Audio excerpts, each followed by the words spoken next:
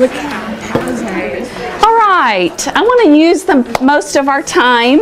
So students, please close your books. I'm going to ask you a few questions in a moment. But first, I would love to start us with a word of prayer. So please pray with me.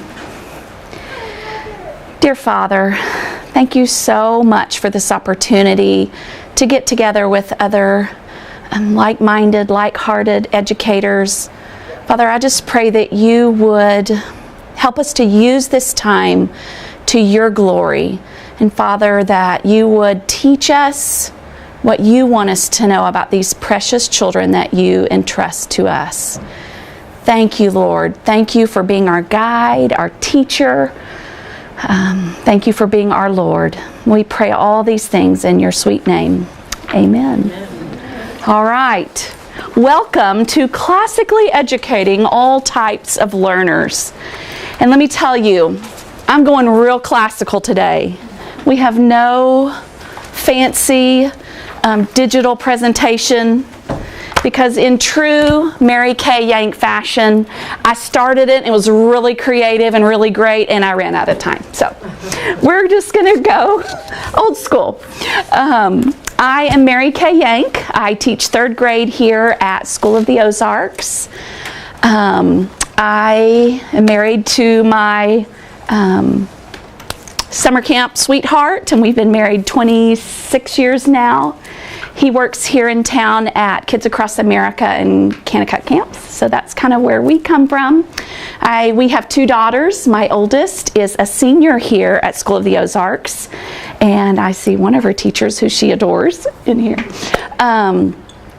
She, as I'm talking through the presentation, she's our gifted, I guess you could say, student, as far as she has 1,000 questions. Her brain never turns off. That in itself presents a lot of challenges, as you know from either your own children or in your own classroom. Our younger daughter is in 7th grade here at School of the Ozarks, and she's our struggler. She's our struggling learner. Now, I say that, and I hope you hear my heart today, and I hope you take away with you that the struggle is actually a gift for her. It doesn't always feel like a gift, and it certainly didn't in the beginning, but God has made her in a way, and to struggle in a way, that has given amazing insight into who He's created her to be. So what I'm going to do here in these next few minutes, hopefully we'll use our time well, and I'll give you a lot of tools. I want to talk about gifted learners, and I want to talk about struggling learners. And I want to talk about all those students in between, because God made us all different. And we all have different gifts. We all have different likes and dislikes. We all have good days when we want to learn, and we all have bad days when we're so tired we can't learn. So here are some practical tools that I've just learned along the way, and hopefully they'll be helpful to you. And then also at the end, I've set my alarm because I would love to hear from you. I'd love for us to share some things that have worked for you. So who are these learners? Number 1, the gifted, the struggling. And then really, are they that different? God made them both, and He wants us to learn from both of them. So number 2, how do we reach a classroom full of different students, yet still teaching in the classical style? So that's what this session is about, just some little tools and tricks that I've picked up along the way. Number 3, does the Bible offer any guidance? Well, of course. I love the verse, Deuteronomy 6:6-9, these verses. And these words that I command you today shall be on your heart. You shall teach them diligently to your children, and shall talk of them when you sit at your house, when you walk by the way, and when you lie down, and when you rise. You shall bind them as a sign on your hand, and they shall be frontlets between your eyes. You shall write them on the doorposts of your house and on your gates. I love that God shows us that we're not to stand in front of a podium, which is actually what I'm doing today, and just giving our students information, because that's boring for more than a few minutes. We want to walk with our students on the playground and talk about things. We want to give them little tools, little bracelets, or little tags to help them remember their scripture. We want to have in our homes, we want to have scripture on the walls. Everything we do should be pouring in to our students, pouring into our children and our families. And I love that he shows that in these verses. All right, number 4, what's in your toolbox? So I went to Menards last night and I bought a cute little toolbox, but this didn't hold enough. So I bought the big daddy of all toolboxes, because hopefully, as you grow as an educator, as you start picking up tricks along the way to reach every single kid in your class, your toolbox will need to get bigger and bigger and bigger. So to start out, my little small toolbox, I have a little game or some giveaways, because I love a giveaway. Who in here has taught the longest? Anybody taught? Classically or total? Ooh, good question. Total. Let's honor the teachers. Anybody taught for longer than 10 years? Okay, 15 years. Are you the winner? How long? 15 years? 15. 15, 20? 25? All right. She probably won then. I don't know. So, 23, 20, Mine's 25. 25. All right. Well, I'm going to let you pick a prize. We have Where the Wild Things Are in Latin, kind of fun. Or we have some cute little money flashcards, or telling time flashcards, or everybody's favorite, chocolate. So you get to, all right. I've been so excited about this book. All right. Can I borrow it? Who's the newest teacher? Who's in their first year of teaching ever? Less than 5 years. Okay, 4 years. Less than 4? Or have you taught? Is this your 4th year? This is my second. Second? Second? All right, anybody else? Second year? Going once, going twice? All right, you both tied. So, I don't know, you got to pick. All right. I have these in my classroom. Oh, there you go. Or split up the chocolate, I don't know. We can just split the chocolate. There you go. There you go. All right. So number 5, my toolbox has several categories. So as I was organizing all the different things, I thought, you know what? They kind of lie in different categories. So as we go through these, be thinking about some tricks, some tools that you have, and at the end we'll share some of those. So, class environment. Is my classroom inspiring and exciting? Earlier, Kim Muse talked about, and I think she credited it to Bruce, that just spoke, Bruce Williams, that he says your classroom should smell like fresh baked bread. Do your kids walk in the morning and think, I love being here? So put a lot of thought into what atmosphere your classroom has. It should be colorful. It should be interesting. Let's avoid cheesy posters that are mass-produced and put up art for our students to become inspired. I still remember in my elementary cafeteria, and probably some of you remember, special pictures. It was the girl with the watering can. And then I eventually got to see it in Washington, D.C., the original. So let's give our students opportunities to see great art. Let's avoid clutter. And I'm the worst. If you look behind my desk right now, it's piled. But let's try to avoid too much on the walls, too much stimulation. Let there be some space. Include some whimsy. For example, I put on here googly eyes. I have googly eyes on a little CD player, so it kind of looks like his eyes and the speakers are his ears.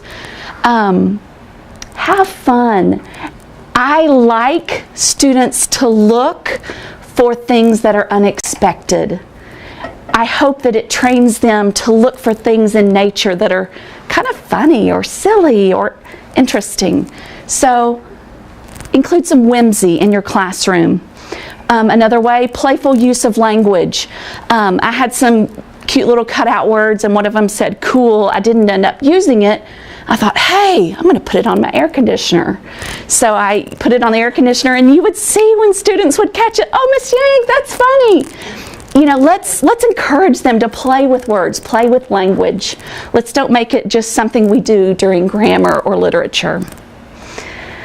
Fill your bookshelves. And I didn't have a ton of space here. I didn't know how many. But fill your bookshelves with interesting books, visually inspiring books. You can tell which ones the students love because they're used over and over and they're torn up and well loved.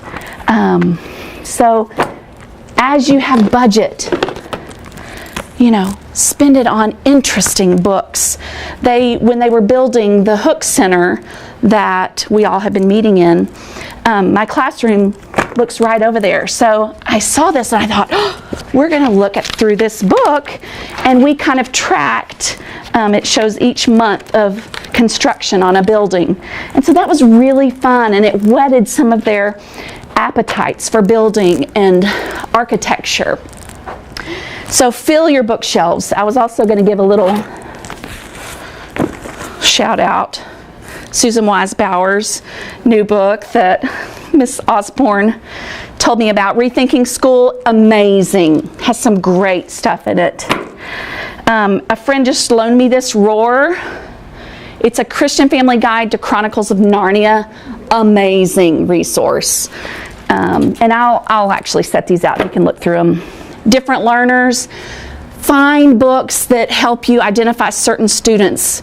If there's a student you don't understand, find a book about it. Find someone to talk to about it. All right, moving right along. Classwork. So we've talked about the environment of your room. Now let's get down to the nitty-gritty. What is my goal for the time in the class? What's my goal for math? What's my goal for cursive? What's my goal for literature? Think through these things. Don't just let the curriculum be your guide. Let the kids in your classroom guide you. What is this time going to look like? At our school, we talk a lot about the big rocks. So instead of planning my year perfectly, how the books line up each month of the year, we really think about what are the big rocks. Third grade, they've got to learn multiplication at our school. They need some math fact fluency. I want them to love learning to read chapter books, to teach them how to approach a chapter book, but mostly that they would leave the year loving what we read. And in third grade, they're also beginning to read to learn. So teaching them how to read to learn in history and in science and in literature. And 3-sentence narrations. We talk about what we just read, and you have to do it in exactly 3 sentences. So can you stand and tell me 3 sentences? And I hold up fingers as we go. And the more kids do it verbally, then they can write it. Some with a little help. Some might stand next to me and tell me what to write, and I write it because you know what? In that moment, what is my goal? My goal is to capture the 3-sentence narration. Right now, I'm not working on handwriting or cursive or sentence structure. I'm getting the story down. So I might write it for them. So keep in mind, what is my goal for right now? I do allow a little bit of freedom. So this is where we're talking about some of those different students, my little fidgeters. I have one in particular right now, and I actually have her in the back of the class. And when I got observed recently, my principal said, "Now, why do you have her in the back of the class? Wouldn't you want her up front?" I said, "Well, in the back, she doesn't distract anybody behind her, and she's not gaining attention of others. So she's in the back, and she can have her little row of cute little erasers, because that's the only toys that she has found that I consider school supplies. So she lines up her little erasers, but you know what? I am allowing that because honestly, she's gifted. Her brain is going a mile a minute. And if she were just to try to sit and listen to me, I don't know, she'd go out of her mind. She's always thinking and doing and moving, and so I'm trying to provide some of those things. We also have some busy bars. She has a busy bar attached to the foot of her desk that she can wiggle and move, and one day it actually broke and she had a field day trying to put it back together. It's just made out of PVC pipe with elbow joints and little screws that attach to the side. It's very cheap. And the other students don't really even pay attention anymore. But she's got that. Brain games. So I brought some of them. Through the years, I just build these up. So I have little boxes of interesting either math games or little brain puzzles, a box full of money and change, so they can get their hands on these things. They can play with them. They can be inspired by them. I have little alphabet stampers that they can do their spelling words with. Now these are special. They're not out for them to use all the time. They know they can only use them during certain times when they ask permission. But boy, when they get to stamp their spelling words, they have no idea they're learning while they're stamping. So I have these inspiring games just to help, first of all, those students who finish work early. My gifted students, they love, getting to put these puzzles together or time themselves to see how fast they can put it together. So brain games. Have some things that inspire outside the box thinking. Manipulatives. So if you can, have class sets. Let your students get their hands on the shapes. We use a lot of these for third grade math. And so I just bought the little Glad things one year and divided them up. And the students know, what's in there, so when they're done, it has to go back in. They know they don't get to get these out all the time and play with them. They get them out during math.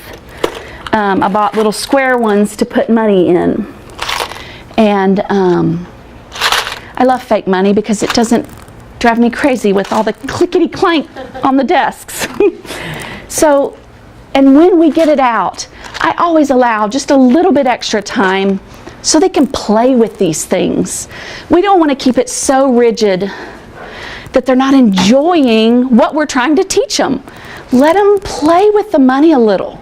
Let them, trade back and forth. So if you can, get manipulatives in their hands. Let them play and have fun with them. All right, moving along. I feel like I'm racing through this. Tests. This is a really big one for your different leveled students. This can be really tough when you've got students who can barely read the test in front of them, and then students who can finish it within minutes. So the question you ask yourself should be, what do I really want to test here? Like I said a minute ago, when the student comes up and gives me the narration and I write it down, because right then I'm not testing their writing skills. We do cursive for that. We do copy work for that. So on your test, what am I trying to test them on? What do I want to know? like in math. I've got students that word problems, they can read them, but they see a bunch of words and they flip out. They just get overwhelmed. Well, you know what? I don't want them to be overwhelmed. I want them to show me they know how to solve it. So they know they can come up, and I don't read it. I actually have them read it to me out loud, because that kind of empowers them. And there's something magic that when they read it out loud, they get it. Or I'll point to things for them to underline as they're reading. And I tell them little tricks like, if you underline it, you don't have to read it again. So giving them these tools so that they know it's okay. I don't want to have to read it again either. Underline it or circle that number. So what am I teaching them? What am I testing them on? Please have your tests with nice, crisp text. My daughter that struggles with dyslexia, that's when I really started changing the way I would print things. The font I uses a nice normal A. It's a crisp font. This is the one I use, Century Gothic. But find a font that's crisp. Leave white space on the page. Ask your questions in the simplest way possible.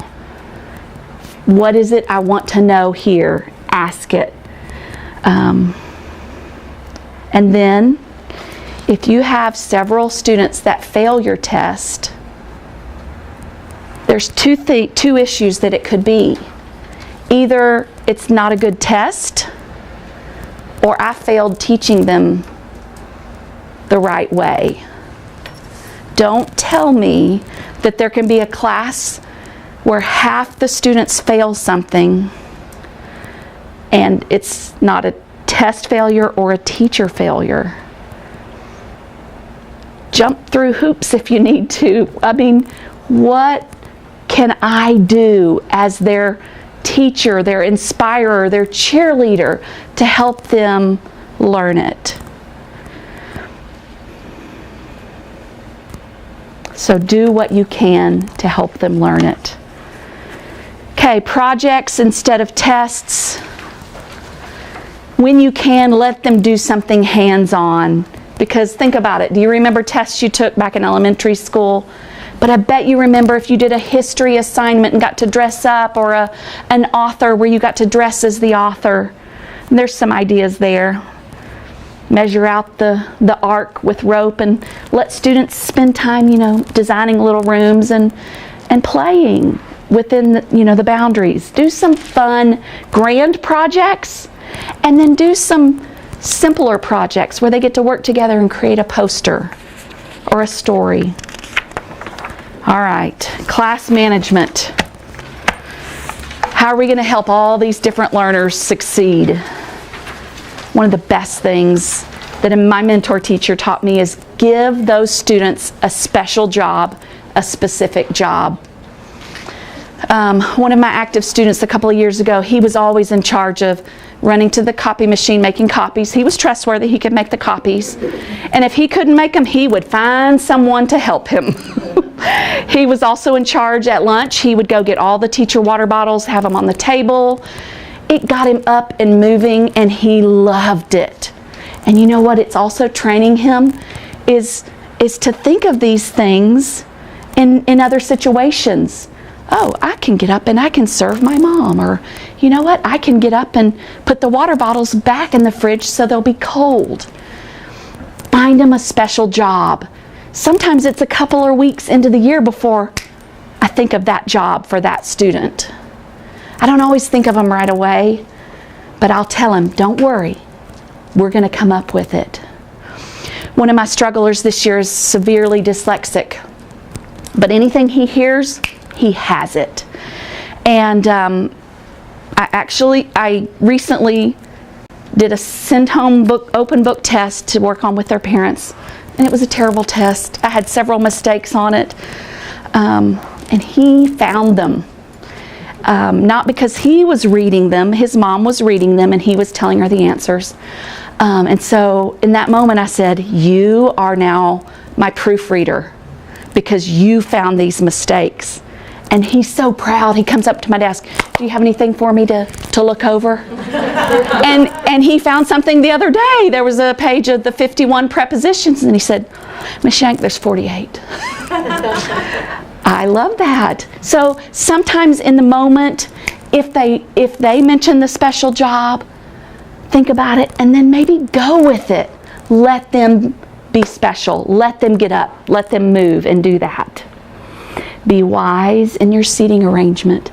I know, we all know this, but it's so amazing to put a shy girl with kind of a fidgety, needs to settle down girl, and then to see them playing on the playground.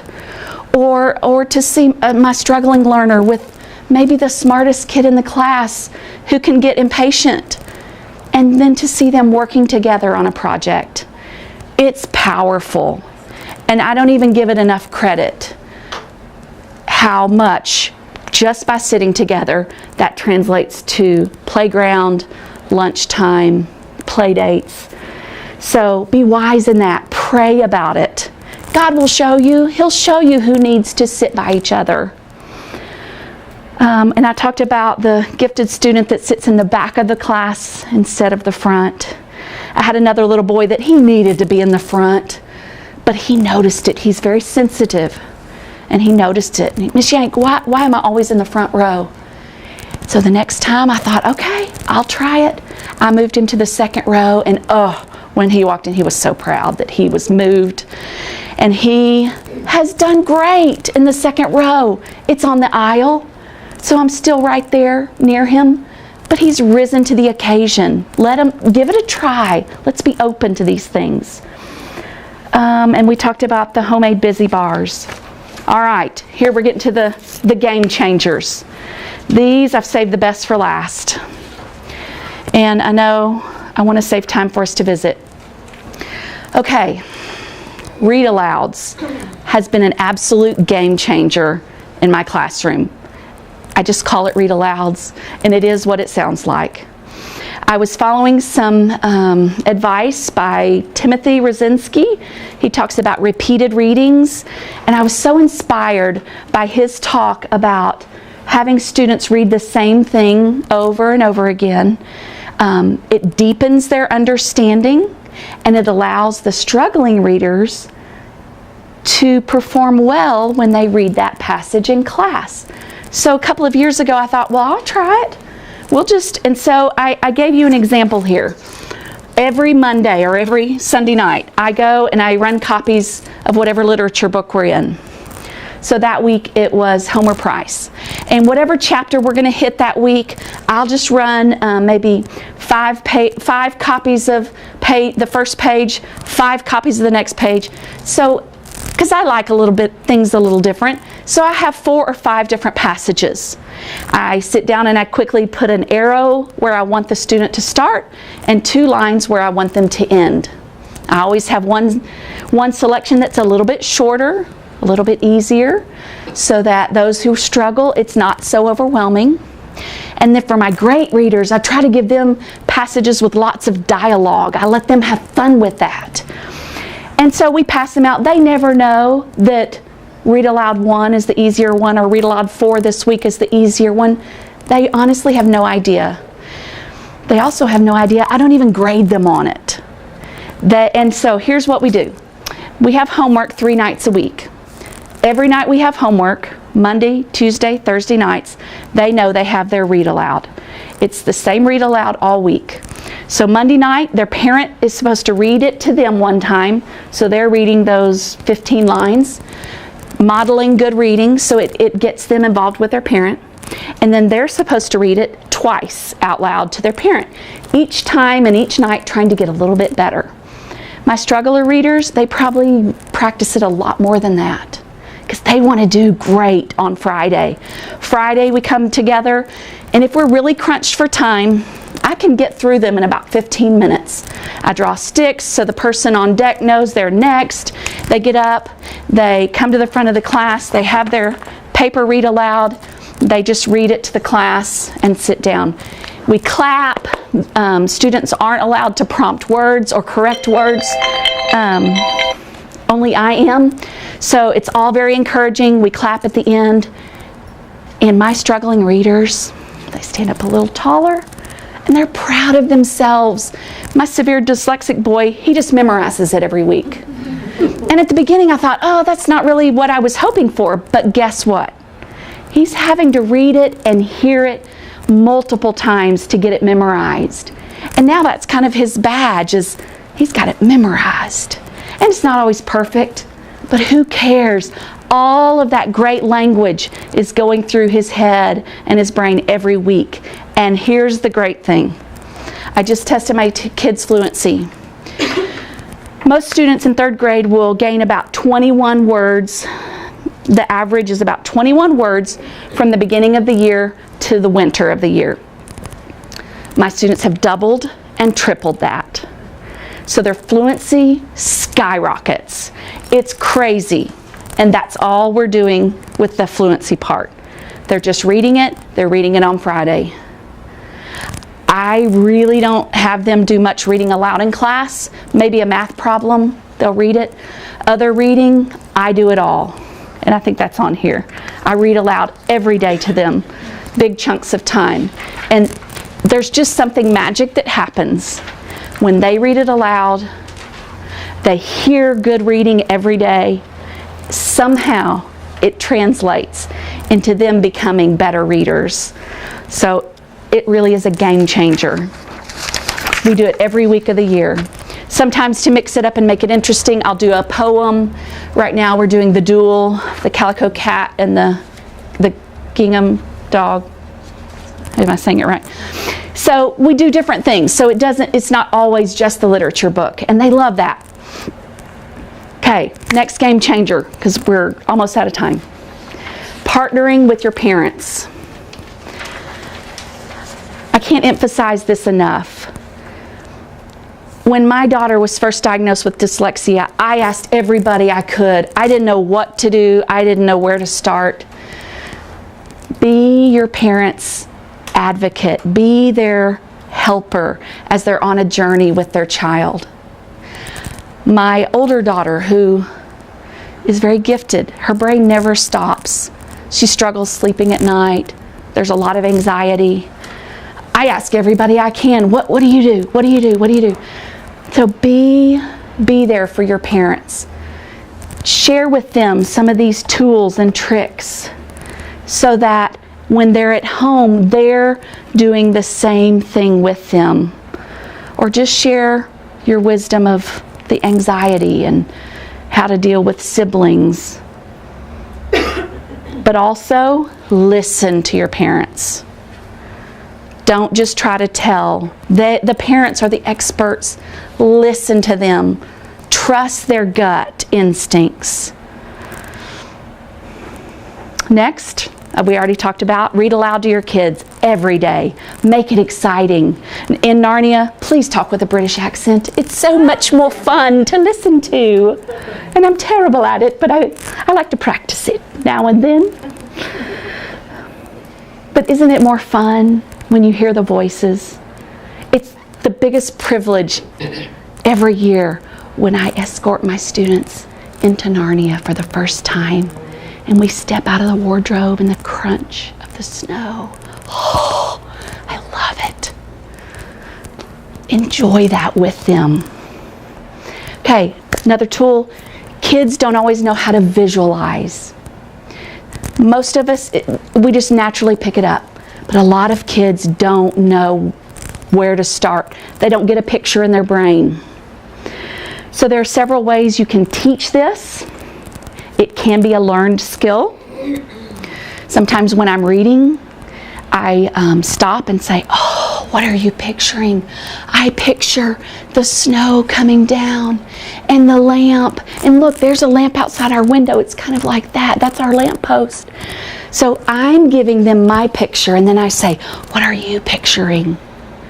And then somebody, oh, they all want to share what they're picturing then. And so it gives them somewhere to start. Another way you can teach them to visualize with spelling. Have them spell the word backwards. In that moment, they have to visualize the letters in the word. And you walk them through it. You start with a short word. I think I used land. Okay, what's the last letter of the word land? And you'll see them look up, because that's where you access the memory part of your brain. And they're trying to access it. It's a D. Okay, can you see it? Students, can you see the D? So walk them through that, because when you do that, they are visualizing. All right. And then a couple of spelling tricks that I've learned through the years. Chunking. Some students are going to be natural spellers. They won't need this. Some students, this will become a lifeline. It will help them the rest of their lives learn how to face words, learn how to manipulate words. So you color code the word, you break it into chunks, so you make it visual, you make it smaller parts, and you let them decide which way makes sense. My younger daughter, double letters to me go together. But for some reason, she always missed double letters, so we had to separate those double letters. So if the word were, well, there's not one, allow, she would have to say A-L and then L-O-W. Well, I would normally put them together, but it's the way she needs for it to make sense. So listen to your students, and I ask them, hey, how would you break up this word? And do it in different colors. This is where, when you partner with your parents, tell them, hey, help them make flashcards. Work with them. Get them on the trampoline and have them bounce out the word and bounce it out in the parts. So you're helping the parents know how to break it down, how to show them the trick. And so we even took it a step further, not just breaking it into parts, but then giving a number to the parts. So if I told my students, promise, it's a 3-4, they know, because we've already talked about it, that it's 3 letters and then 4 letters. And that gives them a visual to attach it to. So all these little tricks will help them, and it will help their parents help them. And you can read through this. The next thing, the last thing about spelling is, and not just spelling, any learning, attach it to a memory. Attach it to colorful pictures, weird, humorous things. Students love weird humor. They love potty humor. You got to really be careful, but they'll never forget. I did this more at home than in the classroom, but my daughter, if ever there was a PP word, she never forgot it. She just thought that was so funny. I don't do that as much in the classroom, but use your judgment. There's something about weird humor, color. It acts like Velcro. For those visual learners, for those right-brained learners, the dyslexic learners, that's what's going to attach it, is seeing the funny story. And your pictures don't have to be great, and there's a good example. These I have done, and my daughter learned these words, but they're not great pictures. They're just what I did. So teach your parents how to do this with their kids. I have had a gifted student in the past who was very creative, and I said, oh, would you help me create flashcards for spelling words? And so it was a great teamwork. So use those other students to help, or maybe put them together and let them work together. Okay, so those are some tricks. What are some tricks and tools that you have found? Or do you have any questions? Because I think we have 5 minutes. Yeah, I'm a Latin teacher, so I'm thinking all these things of Latin vocabulary, and I 4th, 5th, 6th, and 7th, and trying to figure out how to incorporate some of these things with language. Mm-hmm. So anytime you can make a story, anytime you can put a flashcard or a picture with color, I was doing a crash course with my third graders on declensions. Honestly, I didn't know what they were in the beginning. Sounded like, is it a declension? Now I'm forgetting. We used a recliner. Somehow it reminded me of a recliner. So I printed a picture of a big lazy boy, and then we talked about it that way. So it was kind of funny, but it gave them something to connect it to, because the word declension just didn't mean anything.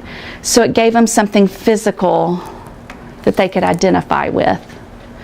And we did movements for the parts of the speech in Latin.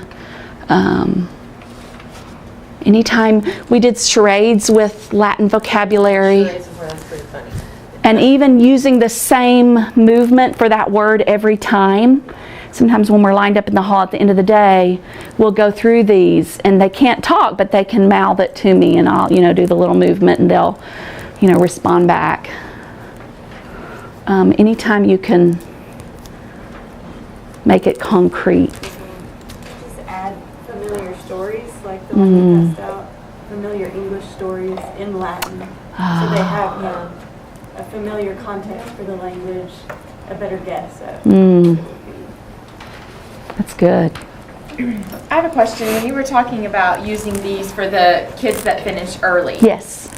what about the kid that sees so-and-so finishing early and they always get to play with these, but I'm still here doing my math? Yes. And I see tears welling up in the child's eyes because so-and-so always gets to do this and I never finish. So That's why we don't use them every day. Okay. So It's you a just do special it thing. Once in a while? Yes, Okay. yes. Sometimes after lunch, some of our students are still cleaning the cafeteria, so everybody can do the brain games for just a few minutes. Okay. And so, yes, I'm very sensitive to that. There are times when my quick finishers can use the brain games, but the majority of it is everybody's getting to use them. At some point. Yes, definitely. Okay. Yes. I have to say, I love our Bible that we use. I don't know what you do. We use our Bible for our curriculum. And it keeps my kids' attention, because we have been on Joseph. I'm so tired of Joseph. For 5 weeks. And literally the story stopped the last time I was reading them. And all the people have to come to Joseph for food, including his brothers in the story. And they're like, but he's going to kill his brothers when they see him. And it sparked that conversation. These are kindergarten. And Yes. it's stuff like, what happens next? And I'm Yes. like, wait till Monday. I'm like, but. And then That's it gives so us the time to good. go, what do you think's going to happen? If that was your brother, what would you do? That was a bad question to ask. Yeah. The power of story, That was a bad question. stories just draw us in.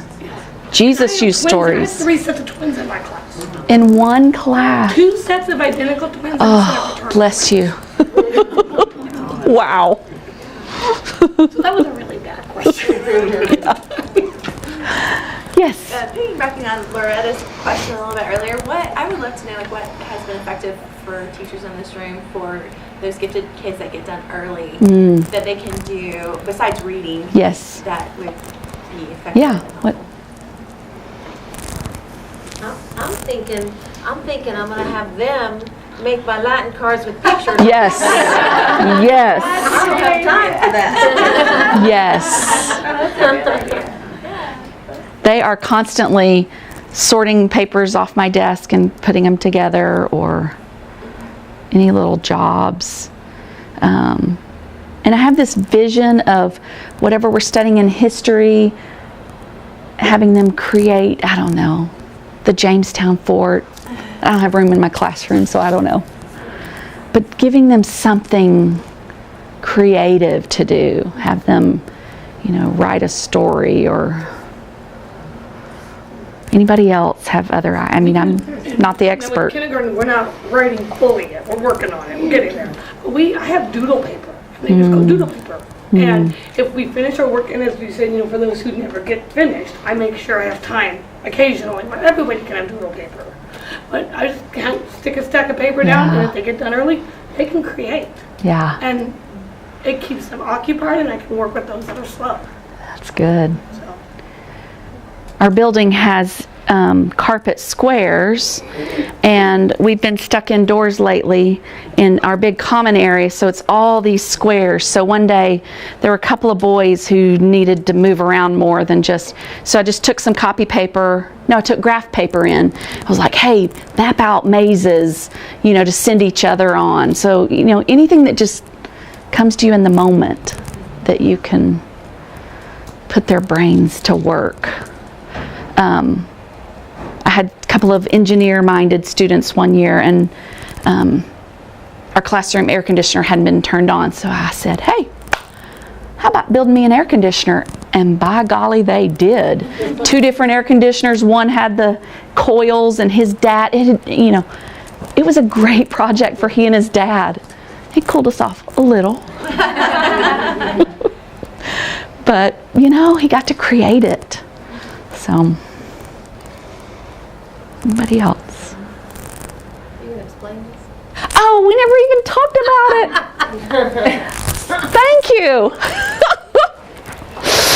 Okay, so this is how your students, the struggling, the dyslexics, I don't know if it irritated you or frustrated you, and to hear me say, come on, just look at the pictures. That's how they feel. These symbols, the letters, they just maybe see white maze pass through the words. They have to focus so much harder to decode. So be sensitive. They may be totally depleted of their energy from just reading a passage. Be aware that they have to work so much harder. Give them some grace. Just remember what it feels like when there's something you can't do, and how crazy it makes you that you can't set the timer or turn off alarm that goes off in my room every day at 5. I can't figure out how to make it stop every day. Remember that. Give them a break. Read it aloud to them. I tell all my kids, I don't care if you read the literature tonight or if your parent reads it to you. Because honestly, it's kind of the same thing. The information is going in. You're making sense of it in your brain. I realize there's a visual skill involved with reading, but they're going to get it. Studies show dyslexics all learn to read at the right time. They're going to learn it. Let them take in the information in the speed that they need it, and in the way, I call it ear reading and eye reading, and I guess you could call Braille finger reading. We don't fuss at blind people that they can't see the words. We let them take it in with their fingers. So let's not be so set on, you have to read this, and you have to read it out loud in front of the class, and I'll help you when you stumble. It's humiliating for those students. I've seen shame in a kid who hides her work because her writing is so terrible. So let's do everything we can to remove the shame, help them see, hey, I know this is hard now, but guess what? People that think like you are going to be amazing. Walt Disney was just like you. Thomas Edison, just like you. You know that iPod at home? Steve Jobs, he struggled just like you. And right now, your brain, it may feel like you don't know as much, but he wired you that way so that someday you can do great things. We don't know what it is, but it's going to be there because that's why your brain is wired that way. My daughter, her brain never turns off. We try to learn little tricks at night, the lavender scent and the noise machine, and doing the same thing every night. We learn the little tricks. And someday God is going to use that brain, hopefully, to diagnose medical issues, because she's going to medical. We'll see. Lord willing. So, thank you for bringing that up. That's what the SAM trap was about. So, Have you ever tried with your dyslexic students the new font that they have that's supposed to help them, like the lettering is different and it helps? I've looked at it. I've not used it. I mean, they say that once you've gotten through that and you can read, Mm-hmm. that it actually is a hindrance. I'm dyslexic, but I've overcome it. So for me to look at the font, it throws me back into Yeah. when I really had trouble with it. So I just wondered, have you had any students? I haven't used it because when I look at it, I don't love it. But I'm very limited. I mean, maybe I'm very limited in what I'm thinking. So I don't have any experience. I have seen it. So, all right. I know we're out of time.